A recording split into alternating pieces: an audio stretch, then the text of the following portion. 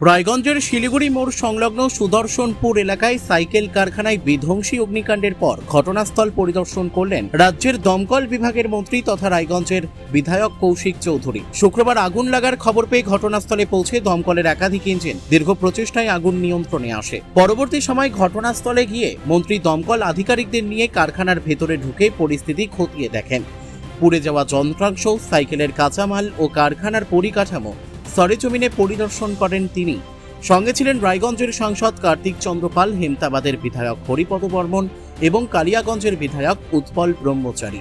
পরিদর্শনের পর দমকল মন্ত্রী জানান, এটি জেলার অন্যতম বড় অগ্নিকাণ্ড। দমকল কর্মী ও স্থানীয় বাসিন্দাদের তৎপরতায় আগুন দ্রুত নিয়ন্ত্রণে আনা সম্ভব হয়েছে। কিভাবে আগুনের সূত্রপাত তা খতিয়ে দেখা হচ্ছে এবং দমকল দপ্তরের পক্ষ থেকে পূর্ণাঙ্গ তদন্ত রিপোর্ট চাওয়া হয়েছে। ক্ষতিগ্রস্ত কারখানা মালিকের পাশে প্রশাসন থাকবে বলেও আশ্বাস দেন তিনি। ঘটনায় কোনো হতাহতের খবর নেই, তবে কারখানার বিপুল পরিমাণ সামগ্রী পুড়ে গিয়ে লক্ষাধিক টাকার ক্ষয়ক্ষতি হয়েছে বলে প্রাথমিকভাবে অনুমান করা হচ্ছে। রাজ্য জুড়ে হোটেল ও গেস্ট হাউসের অগ্নি নিরাপত্তা খতিয়ে দেখার সিদ্ধান্তের মধ্যেই এই ঘটনায় শিল্প প্রতিষ্ঠানে অগ্নি নিরাপত্তা ব্যবস্থা নিয়েও নতুন করে গুরুত্ব দেওয়া হচ্ছে।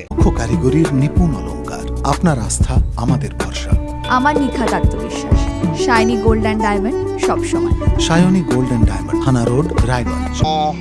3টের সময় ভয়াবহ অগ্নিকাণ্ডের ঘটনা ঘটলো কলকাতার পর, আবার এবার হচ্ছে রায়গঞ্জ। কি দেখলেন এসে? আমি মাননীয় অমিত শাহজি শিলিগুড়িতে এসেছিলেন।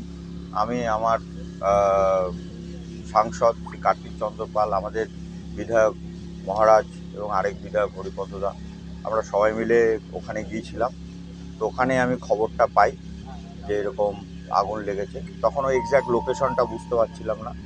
তারপরে আমার পাশে দাঁড়িয়ে আছেন সম্মানীয় ডিওফও সাহেব, আমাদের ডিভিশনাল ফরেস্ট অফিসার, তার সাথে আমার যোগাযোগ হয়। তখন আমি পরিষ্কার জানতে পারি এবং তার মধ্যে কিছু ভিডিও পাই যে শিলিগুড়ি মোড়ের কাছাকাছি এখানে সাইকেল একটা অ্যাসেম্বলিং সেন্টার, এটা তো প্রায় 10,000 স্কোয়ার ফিটের। তো সেখানে আগুন লেগেছে কোনো কারণে। তো দমকলের অফিসাররা এবং আমাদের দমকলের যারা ফায়ার ফাইটার, তারা খুব দ্রুত ঘটনাস্থলে পৌঁছয়। আপনারা এখন নিজেরাও দেখলেন একটা বিরাট বড় এলাকা জুড়ে আগুন লেগেছে। সেই আগুন কন্ট্রোল হয়ে গেছে, কিছু বাকি আছে, সেটা এখন হয়ে যাবে। তো এখন আমাদের দেখতে হবে যেটা কেন হলো এই ঘটনা, আর এখান থেকে আমাদের অফিসাররা দ্রুত ব্যবস্থা নিয়ে আগুন নেভানোর জন্য জেলার বিভিন্ন জায়গা থেকে ফায়ার টেন্ডার যেগুলো হয়, জল গাড়ি মেশিন সহ, সেগুলো নিয়ে এসছেন। তার পাশে সুবিধা হয়েছে, এখানে একটা পুকুর আছে, সেই পুকুরের জল পাওয়া যাচ্ছে, এটাতে একটা সুবিধা হয়েছে। তো এখন দ্রুত আমরা আগুন নিভিয়ে ফেলবো। আমার সাথে কিছুক্ষণ আগেও ডিএফও সাহেবের কথা হয়েছে। আমাদের প্ল্যানিং পুরো রেডি আছে, কি করে বাকিটুকু নেভানো যাবে। একটু সময় লাগবে, কিন্তু সেটা হয়ে যাবে। বলছি, এর আগেও রায়গঞ্জে একটা ভয়াবহ অগ্নিকাণ্ডের ঘটনা ঘটেছে বারুদুয়ারিতে। সেখানে দেখা গিয়েছিল যে সেরকমভাবে অগ্নি নিবারণ যে ব্যবস্থা থাকার সেই জিনিসটা ছিল না। অধিকাংশ জায়গায় দেখা যাচ্ছে। এগুলোর ব্যাপার নিয়ে কি আপনারা কোনো ইয়ে নেবেন? দেখুন, গত 15 বছরে একটা ভয়ঙ্কর অরাজকতা চলেছে, আর তার মাসুল দিতে হচ্ছে এখন। আপনারা সবাই খবর করেছেন, লাস্ট 7 দিনের মধ্যে পশ্চিমবঙ্গে বিভিন্ন জায়গায় বিপর্যয় হচ্ছে, 18 জন মারা গেছে। কিন্তু পাশাপাশি একটা জিনিস সত্যি, আমাদের ফায়ারের অফিসার এবং দমকলের যারা ফায়ার ফাইটার, তারা কিন্তু উদ্ধারও করছে প্রচুর।